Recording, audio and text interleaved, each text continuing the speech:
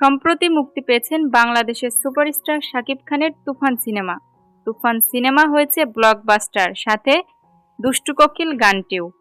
দুষ্টু কোকিল গানে নজর কেড়েছে একজন যুবক। সবাই খুঁজছেন তাকে।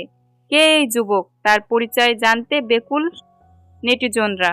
চলুন জেনে আসি এই যুবক সম্পর্কে। দুষ্টু কোকিল মিমির পাশে মাত্র কয়েক সেকেন্ডের নাচে ভাইরাল হয়ে গেছে এই যুবক। এই যুবকটি ভারতের একজন বাসিন্দা।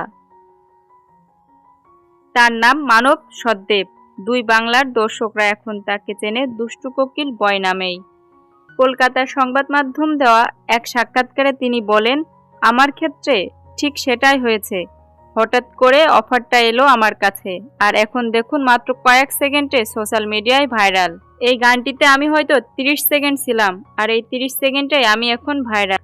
উল্লেখ্য, কলকাতার ছেলে মানব। বাংলাদেশের দর্শক তাকে দুষ্টু কোকিল গানটির সুবাদে চিনে। তবে ইতিমধ্যে মানব কাজ করেছে সৃজিত মুখার্জির সিনেমা শাহজাহান রিজেন্সিতে। স্টার জলসার সাহেব চিঠি ধারাবাহিকে অভিনয় করে নজর কেড়েছেন এই অভিনেতা। বিভিন্ন বিজ্ঞাপনের পাশাপাশি দর্শনা বন্নিকের সঙ্গে মিউজিক ভিডিওতেও কাজ করেছেন।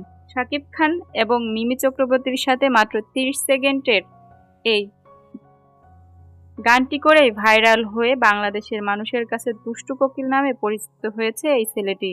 ভিডিওটি ভালো লাগলে লাইক, কমেন্ট, শেয়ার করে পাশে থাকবেন।